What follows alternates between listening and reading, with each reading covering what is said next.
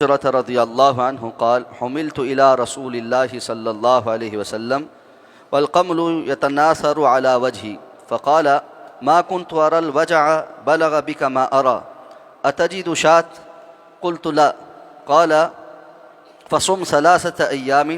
أو أطعم 6 مساكين لكل مسكين نصف ساعة. متفق علیہ۔ حضرت کعب بن عجرہ رضی اللہ تعالیٰ عنہ روایت فرماتے ہیں کہ مجھے لے جا کر جناب نبی کریم صلی اللہ علیہ وسلم کی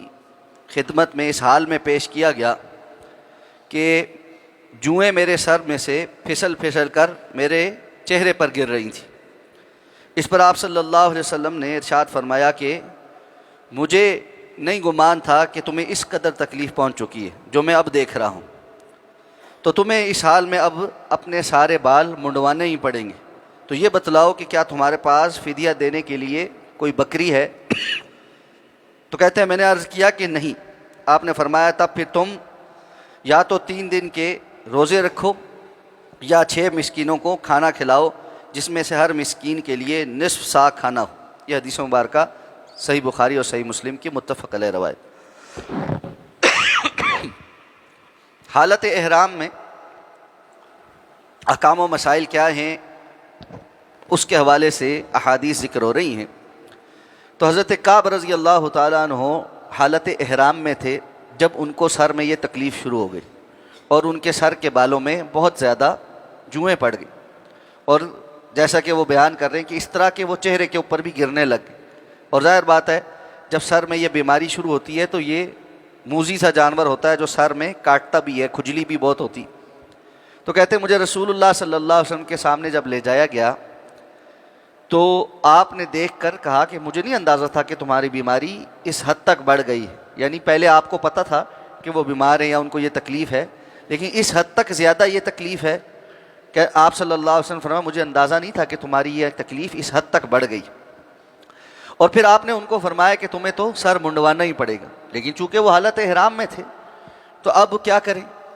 تو آپ صلی اللہ علیہ وسلم نے ان سے پوچھا کہ کیا فدیہ دینے کے لیے آپ کے پاس بکری ہے، یعنی ایک جانور ہے جو آپ ذبح کریں دم کے لیے؟ تو انہوں نے کہا اللہ کے رسول میرے پاس ایسا نہیں۔ تو آپ نے فرمایا پھر یا تو 3 دن کے مسلسل روزے رکھو یا 6 مسکینوں کو کھانا کھلاؤ۔ اس حدیث مبارکہ کو بیان کر کے جو مسئلہ ثابت کیا گیا ہے سب سے پہلے وہ یہ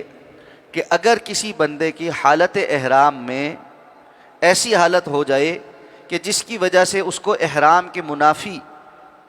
جو کام ہیں ان میں سے کوئی کام مجبوری مارے کرنا پڑ جائے تو پھر وہ کیا کرے؟ اس سے پہلے جو حدیث گزری تھی کہ آپ صلی اللہ علیہ وسلم نے سر میں سینگی لگوائی جبکہ وہاں فدیے کا کوئی ذکر نہیں، تو اس کے اور اس حدیث کے درمیان تطبیق یہ ہے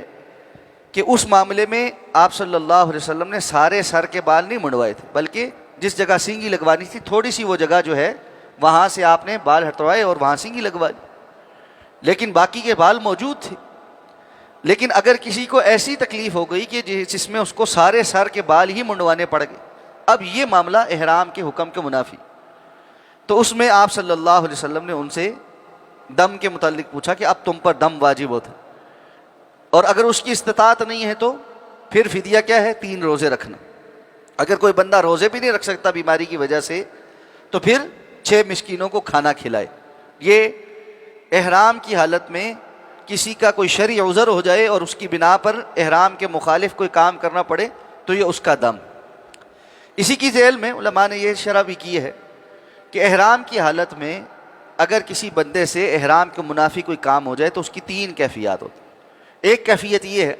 کہ وہ بندہ جان بوجھ کر وہ کام کر گیا، اس کو پتہ بھی تھا کہ یہ کام درست نہیں اور وہ جان بوجھ کر وہ کام کر گیا تو اس کو گناہ بھی ہے اور اس پر فدیہ بھی ہے۔ جیسے کسی نے احرام کی حالت میں ازدواجی تعلق قائم کر لی، اب اس کو پتہ بھی تھا کہ یہ ناجائز ہے اور پھر بھی اس نے جان بوجھ کر ایسا کر لیا تو اب وہ گناہ گار بھی ہے اللہ کے حکم کی نافرمانی کرنے کی وجہ سے، اور اس پر فدیہ بھی ہے۔ اگر کوئی بندہ حالت احرام میں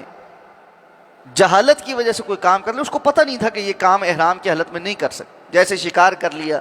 یا کوئی اور ایسا کام کر لیا جو اس کو پتہ ہی نہیں تھا کہ حالت احرام میں نہیں کرنا، تو یہ بندہ نہ گناہ گار ہے نہ اس کے اوپر فدیہ ہے، کیونکہ اس کو پتہ نہیں تھا۔ جیسے اس کو پتہ چلا یہ اپنے کام سے رک گیا، تو اب اس کے اوپر نہ فدیہ ہے نہ یہ گناہ گار ہے۔ اور ایک ایسا بندہ جس کی کوئی شرعی عذر بن گیا، جس طرح حضرت کعب کا بن گیا کہ اب ان کو کسی عذر کی وجہ سے ایسا کام کرنا پڑ رہا ہے جو حالت احرام میں جائز نہیں، اور اس کو پتہ ہے کہ یہ ناجائز ہے، لیکن مجبوری ہے، بیماری آ گئی، ایسی تکلیف آ گئی، کوئی مسئلہ ہو گیا، اب یہ بندہ گناہ گار نہیں ہے لیکن اس کے اوپر فدیہ کہ یہ اس کی جگہ کوئی دم دے یا روزے رکھے یا کہ 6 مسکینوں کو کھانا کھلائے۔ اللہ رب العزت دعا اللہ سمجھ کر عمل کرنے کی توفیق عطا فرمائے۔ سبحانک اللہم بحمدک، نشہد ان لا الہ الا انت، نستغفرک ونتوب الیک۔